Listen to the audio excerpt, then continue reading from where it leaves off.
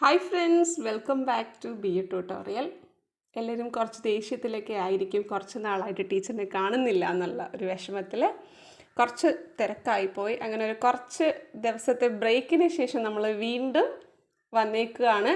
ഒരു മോക്ക് ടെസ്റ്റുമായിട്ടാണ് ഞാൻ എത്തിയേക്കുന്നത്.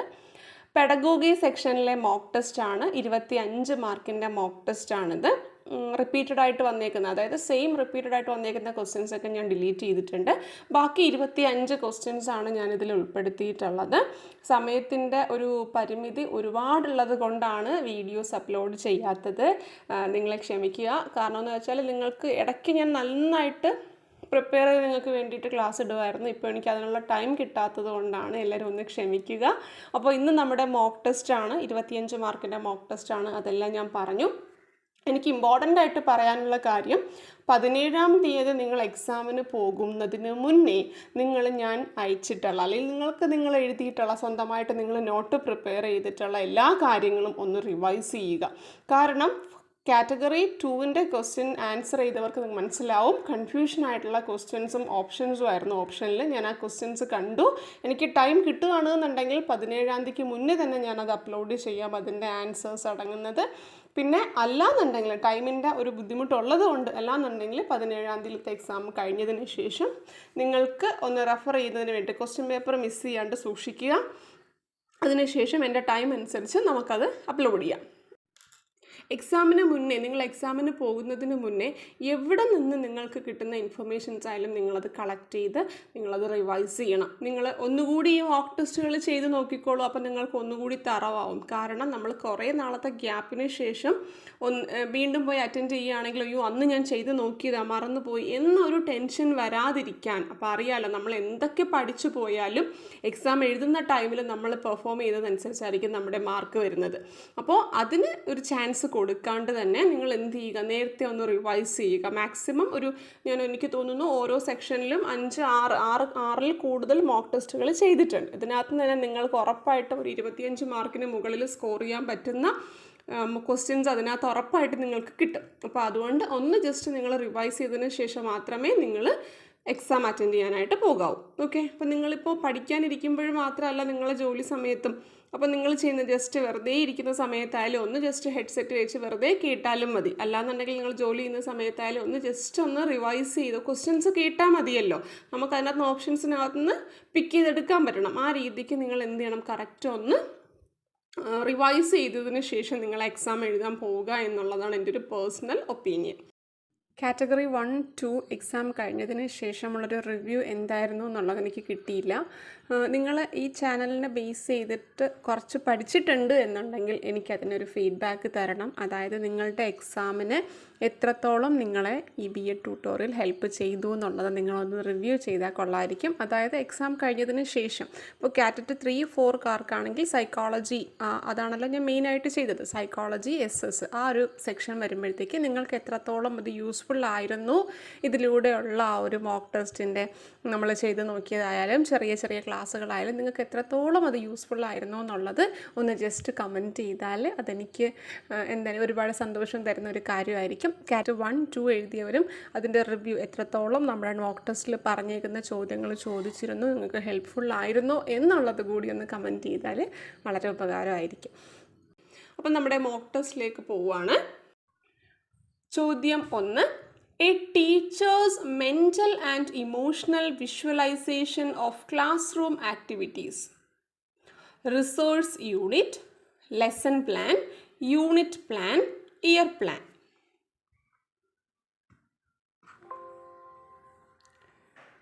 Answer lesson plan ആണ്. അതായത് ക്ലാസ് റൂമിലുള്ള ടീച്ചറിൻ്റെ മെൻ്റലും ഇമോഷണലും ആയിട്ടുള്ള എല്ലാ കാര്യങ്ങളെയും വിഷ്വലൈസ് ചെയ്യുന്നത് ലെസൺ പ്ലാനിനകത്താണ്. റിസോഴ്സ് യൂണിറ്റിലോ യൂണിറ്റ് പ്ലാനിലോ ഇയർ പ്ലാനിലോ അല്ല. അപ്പം അതിന് മുന്നേ പറയുകയാണ്, ഇയർ പ്ലാൻ എന്ന് വെച്ചാൽ ഒരു വർഷത്തേക്കുള്ള കാര്യങ്ങൾ നമ്മൾ ഒരു ഇയറിൻ്റെ ആദ്യം ആണ് ചെയ്യുന്നത്, വർഷത്തിൻ്റെ ആരംഭത്തിൽ നമ്മൾ ചെയ്യുന്നതാണ്, അതാണ് ഇയർ പ്ലാൻ. യൂണിറ്റ് പ്ലാൻ എന്ന് വെച്ചാൽ ഒരു പാഠം പഠിപ്പിക്കുമ്പോൾ കുട്ടിയിലുണ്ടാവേണ്ട ഒബ്ജക്ട്സ്, അതുമായിട്ട് ബന്ധപ്പെട്ട മെറ്റീരിയൽസ് ഏതൊക്കെ ഉപയോഗിക്കുന്നു, എങ്ങനെയാണ് ആ കണ്ടൻറ്റ് നമ്മൾ എന്ത് ചെയ്യുന്നത്, ബിഗിനിങ്ങിൽ നിന്ന് എൻഡിലേക്ക് പോകുന്നത്, ആ എല്ലാ കാര്യങ്ങളും പറയുന്നത് യൂണിറ്റ് പ്ലാനിനകത്താണ്. ലെസൺ പ്ലാൻ എന്ന് വെച്ചാൽ എ പീരീഡ് ഓഫ് ടൈം, നമ്മൾ ഒരു പീരീഡിനകത്ത് നമ്മൾ ചെയ്യാൻ ഉദ്ദേശിക്കുന്ന കാര്യങ്ങളാണ് ലെസൺ പ്ലാനിനകത്ത് വരുന്നത്. അപ്പോൾ ലെസൺ പ്ലാൻ എന്ന് പറയുന്നത് എന്താണെന്ന് നമുക്ക് ഓൾറെഡി അറിയാം, പക്ഷെ എന്നാൽ കൂടിയും ലെസൺ എന്നുള്ളതൊരു ചാപ്റ്റർ എന്നുള്ള രീതിക്ക് നിങ്ങൾ ഓർമ്മിക്കരുത്. ലെസൺ പ്ലാൻ എന്ന് വെച്ചാൽ ഒരു പീരീഡിനകത്ത് വരുന്നതാണ്, ഒരു പർട്ടിക്കുലർ ടൈമിൽ നമ്മൾ ചെയ്യുന്നതാണ്. ഒരു 40 മിനിറ്റ്സ് 45 മിനിറ്റ്സിനകത്ത് നമ്മൾ ചെയ്യുന്ന ആക്ടിവിറ്റീസാണ് ലെസൺ പ്ലാനിനകത്ത് ഉൾക്കൊള്ളിച്ചേക്കുന്നത്. ഓക്കെ, അപ്പോൾ അത്രയും കാര്യങ്ങൾ മറന്നു പോകാതിരിക്കാൻ വേണ്ടി എക്സാം അടുത്തതുകൊണ്ട് ജസ്റ്റ് ഒന്ന് റിവൈസ് ചെയ്ത് പോയതേ ഉള്ളൂ. അടുത്ത രണ്ടാമത്തെ ചോദ്യം, year plan includes concept, evaluation tools, learning experience, objectives.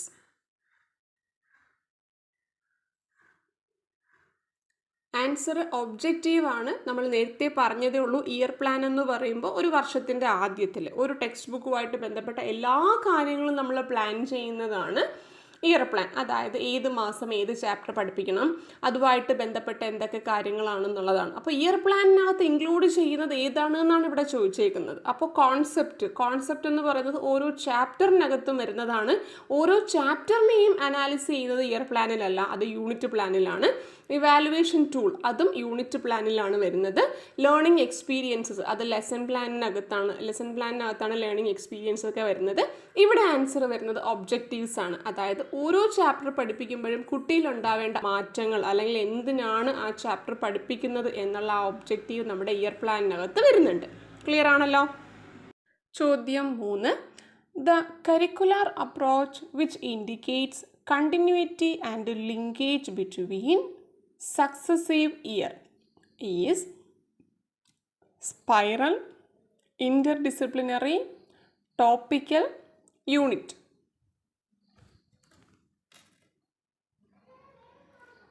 Answer spiral ആണ്. ഒരു ഇയറിൽ തന്നെയുള്ള എന്താണ് ടോപ്പിക്കുകളുടെ കണ്ടിന്യൂറ്റിയും ലിങ്കേജും പറയുന്ന കരിക്കുലർ അപ്രോച്ചാണ് സ്പൈറൽ അപ്രോച്ച്. ഇതൊക്കെ നമ്മൾ പഠിച്ചിട്ടുള്ളതാണ്. അടുത്ത നാലാമത്തെ ചോദ്യം, Pedagogy of the Oppressed is the book of Howand Gardner, John Dewey, Paulo Freire, Vygotsky. Answer Paulo Freire ആണ്. പൗലോ ഫ്രെയറിൻ്റേതാണ് പെഡഗോഗി ഓഫ് ദി ഒപ്രസ്ഡ് എന്നുള്ള പുസ്തകം. ഒരുപാട് ക്വസ്റ്റ്യൻസിന് കണ്ടിട്ടുള്ളതാണ്. നല്ലൊരു ഇമ്പോർട്ടൻ്റ് ആയിട്ടുള്ളൊരു ക്വസ്റ്റ്യൻ ആണത്. അടുത്ത അഞ്ചാമത്തെ ചോദ്യം, method of teaching which gives training in listening and taking rapid note. Dalton plan, lecture method, project method, problem method. Answer lecture മെത്തേഡാണ്. നമ്മൾ എന്താണ് റാപ്പിഡ് നോട്ട് എഴുതിയെടുക്കുന്നത്, ലിസൺ ചെയ്തിട്ട് റാപ്പിഡ് നോട്ട് എഴുതിയെടുക്കുന്നത് ഏത് മെത്തേഡാണ്? ലെക്ചർ മെത്തേഡാണ്. നമ്മൾ ലെക്ചർ നോട്ട് എന്നൊക്കെ പറയൂലേ, ആ മെത്തേഡാണിത്. ഓക്കെ, ക്വസ്റ്റ്യൻ ഒന്നുകൂടി നോക്കുക. Method of teaching which gives training in listening and taking rapid notes. ചോദ്യം 6, which one is included in the 4 pillars of education proposed by UNESCO? Learning to love, learning to live, learning to live together, learning to lead. Answer learning to live together ആണ്. അതായത് യുനെസ്കോയുടെ 4 pillars of education ഉണ്ട്. അപ്പോൾ ഏതൊക്കെയാണ് നമ്മുടെ യുനെസ്കോയുടെ 4 pillars of education എന്നുള്ളത് നമുക്കൊന്ന് നോക്കാം. Learning to know, learning to be, learning to do, learning to live together. 4 എണ്ണമാണ്. Learning to know, learning to do, learning to be, BE, learning to be, learning to live together. ഇതാണ് നമ്മുടെ യുനെസ്കോയുടെ 4 pillars of education. Okay, അടുത്തിന് 7ാമത്തെ ചോദ്യം, a person with scientific attitude is curious, superstitious, subjective, unwilling to change beliefs. Answer curious ആണ്. Okay, scientific attitude ഉള്ള കുട്ടി എന്ന് പറയുന്നത് ക്യൂരിയസ് ആണ്. അടുത്ത 8ാമത്തെ ചോദ്യം, which one is included in the category of domains proposed by MC Cormack and Yager? Appreciation, evaluation, process, synthesis. Answer process ആണ്.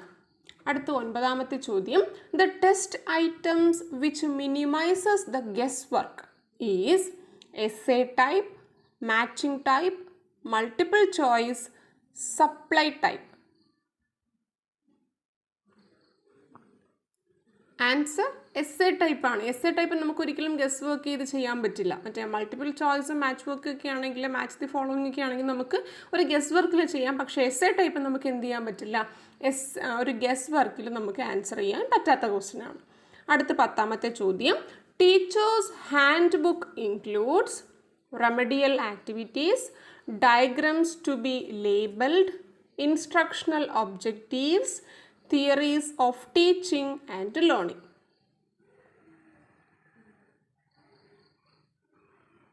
Answer ഇൻസ്ട്രക്ഷണൽ ഒബ്ജക്റ്റീവ്സ് ആണ്. ഇൻസ്ട്രക്ഷണൽ ഒബ്ജക്റ്റീവ്സ് ടീച്ചേഴ്സിൻ്റെ ഹാൻഡ് ബുക്കിനകത്ത് കാണും. ഈ പറയുന്നതിനകത്ത് ടീച്ചേഴ്സ് ഹാൻഡ് ബുക്സിനകത്ത് ഉള്ള കാര്യം ഇൻസ്ട്രക്ഷണൽ ഒബ്ജക്റ്റീവ്സ് മാത്രമാണ്. അടുത്ത 11ാമത്തെ ചോദ്യം, which one is not included in a blue print? Weightage to content, weightage to form of questions, weightage to time, weightage to objectives.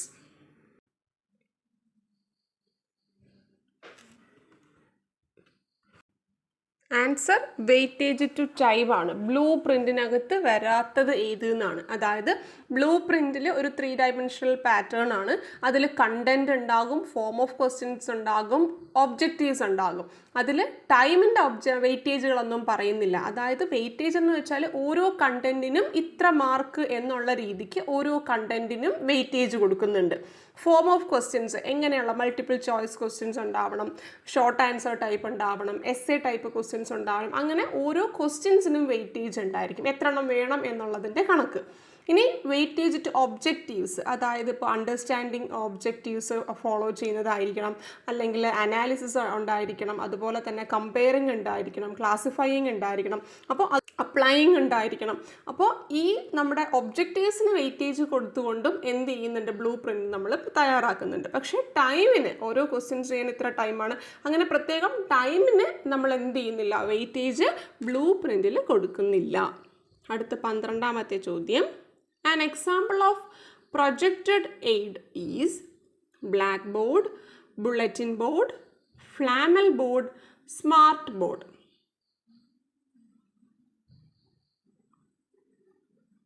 Answer projected എയ്ഡിന് example smart ബോർഡാണ്. അടുത്ത 13ാമത്തെ ചോദ്യം, who among the following proposed constructivist theory? Herbert, Pavlov, Thorndike, Vygotsky. Answer Vygotsky ആണ്, നമുക്കറിയാം. അടുത്ത 14ാമത്തെ ചോദ്യം, which body is not directly related to the service programs for teachers? Diet, NCTE, NCERT, SCERT. Answer NCTE ആണ്. അടുത്ത 15ാമത്തെ ചോദ്യം, the approach emphasizes a single instance from a generalization theory is in deductive method, direct approach, enquiry approach, inductive approach. ഇവിടെ നമ്മൾ question നന്നായിട്ട് ഒന്നുകൂടി വായിച്ച് നോക്കുക. The approach emphasized a single instance from a generalization theory. അതാണ്. അപ്പോൾ ഇവിടെ answer ഏതാണ് വരുന്നത്? ഡിഡക്റ്റീവ് അപ്രോച്ച് ആണ്. ഇനി അടുത്ത് 16ാമത്തെ ചോദ്യം, zone of proximal development is the area in which one can perform better by himself, the area in which one can achieve later, the area in which one can excel with assistance, the area which is unachievable. Answer, the area in which one can excel with the assistance. Zone of potential ഡെവലപ്മെൻറ്റും ഉണ്ട്, zone of proximal ഡെവലപ്മെൻറ്റും ഉണ്ട്. Zone of proximal development എന്നതുകൊണ്ട് ഉദ്ദേശിക്കുന്നത് ZPD എന്ന് പറയുമ്പോൾ കറക്റ്റായി പറയുമ്പോൾ zone of proximal development ആണ്.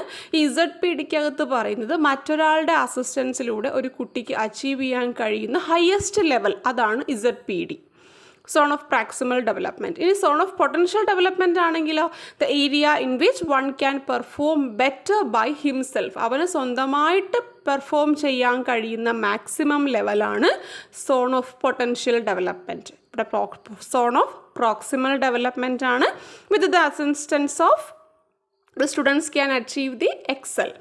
ഓക്കെ, ദെൻ അടുത്ത് 17ാമത്തെ ചോദ്യം, which of the following journal is published by NCERT?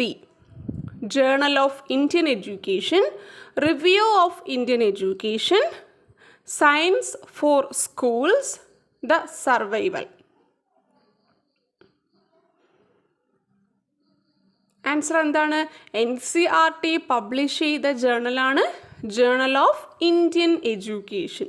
Journal of Indian എഡ്യൂക്കേഷനാണ് NCERT പബ്ലിഷ് ചെയ്തിട്ടുള്ള journal.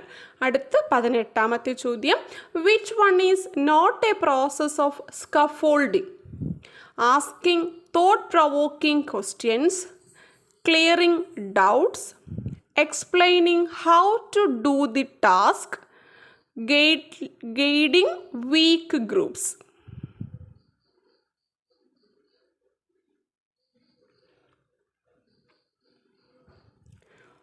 Answer explaining how to do the task ആണ്. ഇവിടെ എന്താ പറയുന്നത്? സ്കഫോൾഡിങ്ങിൻ്റെ പ്രോസസ്സ് അല്ലാത്തത്. സ്കഫോൾഡിംഗ് എന്ന് വെച്ചാൽ കുട്ടിക്ക് മുന്നോട്ട് കയറി വരുന്നതിന് വേണ്ടിയിട്ടുള്ള ജസ്റ്റ് ഒരു ഹെൽപ്പ് മാത്രമാണ്. അപ്പോൾ ഇവിടെ explaining how to do the task, ഈ ടാസ്ക് എങ്ങനെ ചെയ്യുമെന്ന് എക്സ്പ്ലെയിൻ ചെയ്ത് കൊടുക്കുന്നതല്ല, കുട്ടിക്ക് എന്തെങ്കിലും ഡൗട്ട്സ് വന്നാൽ ക്ലിയർ ചെയ്യുന്നത്, അതുപോലെ തന്നെ എന്താണ് ഒന്ന് ഗൈഡ് ചെയ്ത് കൊടുക്കുക, ഏത് വഴിയിലൂടെ പോകണമെന്ന് ജസ്റ്റ് ഒന്ന് പറഞ്ഞു കൊടുക്കുക, അതാണ് സ്കഫോൾഡിങ്ങിൻ്റെ ഡ്യൂട്ടി. അല്ലാതെ എങ്ങനെ ചെയ്യണം എന്ത് ചെയ്യണം എന്ന് പറഞ്ഞു കൊടുക്കുന്നത് സ്കഫോൾഡറുടെ ഡ്യൂട്ടി അല്ല. അടുത്ത 19ാമത്തെ ചോദ്യം, the chart which shows the development and relationship of concept is flow chart, outline chart, tree chart, timeline chart.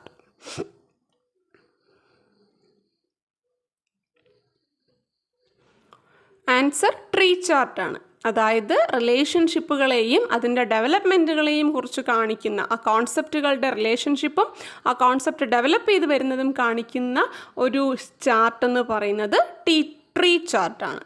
അടുത്ത 20ാമത്തെ ചോദ്യം, the heuristic method was coined by Helen Parkhurst, H.E. Armstrong, John Dewey, W.H. Kilpatrick.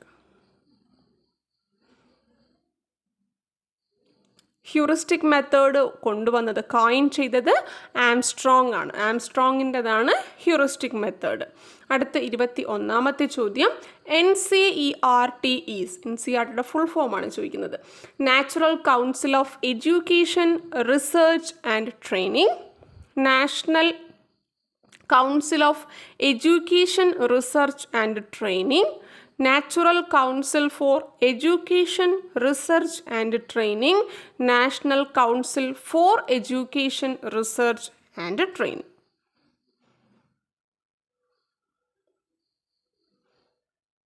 Answer national council of education research and training ആണ്.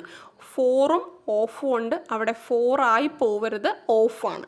National council of education research and training. അടുത്ത 22ാമത്തെ ചോദ്യം, collaborative learning is based on the principle of group work is better than individual works, language has a limited role in learning, learning in self centred, peer interaction hinders learning. Answer ഇതാണ്. Collaborative ലേണിങ്ങിൻ്റെ principle എന്ന് പറയുന്നത് group work is better than individual വർക്കാണ് അല്ലേ. Collaborative learning എന്ന് വെച്ചാൽ ഗ്രൂപ്പായിട്ട് പഠിക്കുന്നു എന്നുള്ളതാണ്. അപ്പോൾ ഇവിടെ ആ ഒരു ഓപ്ഷനുമായിട്ട് ബന്ധപ്പെട്ട ആ ഒരു ആൻസറാണ് അവിടെ വരുന്നത്. അടുത്ത 23ാമത്തെ ചോദ്യം, the expansion of Victers is, ഇതൊക്കെ നമ്മൾ ബി എഡിന് പഠിച്ചതാണ് അല്ലേ, വിക്ടേഴ്സിൻ്റെ എക്സ്പാൻഷൻ. നമുക്കറിയാം വിക്ടേഴ്സ് എന്ന് പറയുന്നത് ഇപ്പം നമ്മുടെ എന്താണ് ഗവൺമെൻറ് ടീച്ചേഴ്സ്, അതായത് ഓൺലൈൻ ക്ലാസ്സുകൾ പോകുന്ന ചാനലാണ്. അപ്പോൾ അതൊക്കെ ഒന്ന് ജസ്റ്റ് നോക്കിയിരിക്കുന്നത് നല്ലതായിരിക്കും. Options: versatile ICT enabled resources for students, versatile ICT enabled resources for schools, virtual ICT enabled resources for students, virtual ICT enabled resources for schools. Answer: versatile ICT enabled resources for students ആണ്. അപ്പോൾ നല്ലൊരു question ആണ് വിക്ടേഴ്സിൻ്റെ expansion. കഴിഞ്ഞ വർഷങ്ങളിൽ ചോദിച്ച questions ആണ്. നിങ്ങൾക്കറിയാം എൻ്റെ മോക്ക് ടെസ്റ്റിൽ വരുന്നതെല്ലാം അങ്ങനെയുള്ള ക്വസ്റ്റ്യൻസ് ആണ്. അടുത്ത 24ാമത്തെ ചോദ്യം: which of the following comes under creativity domain? Decision making, exploring human emotions, integrating scientific process in problem solving, producing unusual ideas.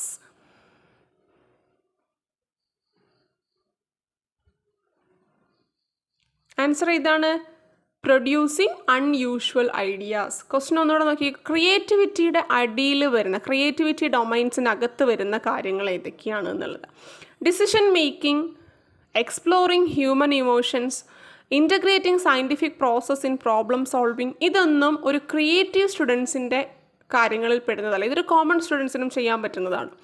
Creative students ആകുമ്പോഴത്തേക്ക് എന്താണ്, യൂഷ്വൽ ഐഡിയാസ് അല്ല, അൺയൂഷ്വൽ ഐഡിയാസ് ആണ് അവർ പ്രൊഡ്യൂസ് ചെയ്യുന്നത്. സാധാരണ എല്ലാവർക്കും വരുന്ന ഐഡിയാസ് ആണെങ്കിൽ അത് ക്രിയേറ്റിവിറ്റി ആണെന്ന് പറയാൻ പറ്റില്ലല്ലോ.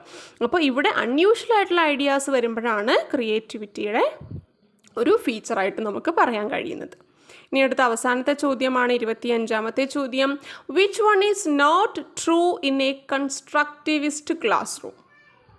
Active construction of knowledge, passive absorption of information, social learning environment, students work in group. Answer: passive absorption of information ആണ്. ഇവിടെ കൺസ്ട്രക്റ്റിവിസ്റ്റ് ക്ലാസ് റൂമിനകത്ത് വരാത്തത്. കൺസ്ട്രക്റ്റിവിസ്റ്റ് എന്ന് പറയുമ്പോൾ എന്താണ്, കുട്ടികൾ സ്വന്തമായിട്ട് പഠിക്കുന്നു ഇല്ലേ. അപ്പോൾ അതിന് വേണ്ടിയിട്ട് കൺസ്ട്രക്റ്റിവിസ്റ്റിന് എന്തൊക്കെ വേണം? സ്റ്റുഡൻസ് വർക്ക് ഇൻ ഗ്രൂപ്പ്, ഗ്രൂപ്പായിട്ട് പഠിക്കുന്നുണ്ടാവാം. സോഷ്യൽ ലേണിംഗ് എൻവയോൺമെൻറ്റ്, അതായത് എന്താണ്, ഒരു മറ്റുള്ളവരടുത്ത് ഹെൽപ്പ് ചെയ്യുന്ന, അത് കൺസ്ട്രക്റ്റിവിസ്റ്റ് ആണല്ലോ. അപ്പോൾ അവർക്ക് എന്ത് ചെയ്യും, മറ്റുള്ളവരുമായിട്ട് ഹെൽപ്പ് ചെയ്യുന്ന രീതിക്കുള്ള ഒരു എൻവയോൺമെൻറ്റ് അവർക്കുണ്ടാകാം. കുട്ടി സ്വന്തമായിട്ടാണ് പഠിക്കുന്നത് എൻവയോൺമെൻറ്റിൽ നിന്നും, അപ്പോൾ അതുണ്ടാവാം. അതുപോലെ തന്നെ ആക്റ്റീവ് കൺസ്ട്രക്ഷൻ ഓഫ് നോളജ്, അവർ കൺസ്ട്രക്ട് ചെയ്യുന്നതാണല്ലോ, അതും എന്ത് ചെയ്യാം, കൺസ്ട്രക്റ്റിവിസ്റ്റ് ക്ലാസ് റൂമിനകത്ത് വരാവുന്നതാണ്. ഇവിടെ ആൻസർ വരുന്നത് പാസീവ് അബ്സോർപ്ഷൻ ഓഫ് ഇൻഫർമേഷൻ ആണ്. പാസീവ് എന്ന് വെച്ചാൽ മറ്റൊരാൾ പറഞ്ഞു കൊടുക്കുന്നു, നമ്മൾ ഗ്രഹിച്ചെടുക്കുന്നു. അത് എന്തിൽ വരുന്നതല്ല, കൺസ്ട്രക്റ്റിവിസ്റ്റിനകത്ത് വരുന്നതല്ല. അതൊക്കെ ലെക്ചർ മെത്തേഡിനകത്തും ടീച്ചർ സെൻറ്റേർഡ് അപ്രോച്ചിനകത്തും ഒക്കെ വരുന്നതാണ് പാസീവ് അബ്സോർപ്ഷൻ ഓഫ് ഇൻഫർമേഷൻ. അപ്പോൾ ഇത്രയും ക്വസ്റ്റ്യൻസ് ആണ് 25 ചോദ്യങ്ങൾ. നിങ്ങൾ 25 ചോദ്യങ്ങൾക്ക് എത്ര മാർക്ക് കിട്ടിയെന്ന് കമൻറ്റ് ചെയ്യുക. കാറ്റഗറി 1ഉം കാറ്റഗറി 2ഉം എഴുതിയവരാണെന്നുണ്ടെങ്കിലും ഈ വീഡിയോ കാണുന്നു എന്നുണ്ടെങ്കിൽ നിങ്ങളുടെ മാർക്ക്, നിങ്ങൾക്ക് എക്സാമിന് സ്കോർ ചെയ്യാൻ എൻ്റെ ഈ മോക്ക് ടെസ്റ്റുകളും ക്ലാസ്സുകളും ഹെൽപ്പ് ചെയ്തോ എന്നുള്ളതൊന്ന് ദയവായി കമൻറ്റ് ചെയ്യുക. എന്നാൽ മാത്രമേ എനിക്ക് അറിയാൻ പറ്റത്തുള്ളൂ. അപ്പോൾ ഈ ഒരു വീഡിയോയുടെ താഴെ നിങ്ങൾ കമൻറ്റ് ചെയ്യുകയാണെന്നുണ്ടെങ്കിൽ എനിക്കറിയാൻ പറ്റും എത്രത്തോളം ആൾക്കാർക്ക് ഇത് യൂസ്ഫുള്ളായി എന്നുള്ളത്. ഓക്കെ, അപ്പോൾ നമുക്ക് അടുത്ത വീഡിയോയുമായിട്ട് കാണുന്നത് വരേക്കും ഇറ്റ്സ് ബൈ ഫ്രം ജസ്ന.